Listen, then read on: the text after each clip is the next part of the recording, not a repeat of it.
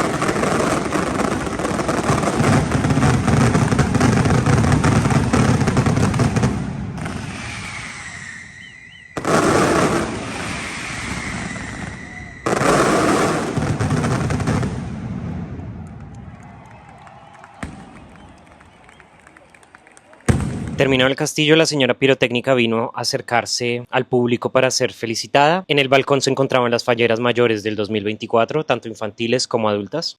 Y cerramos el video con esta hermosa imagen, la señora en la fachada del ayuntamiento y las falleras aplaudiéndole a la pirotécnica.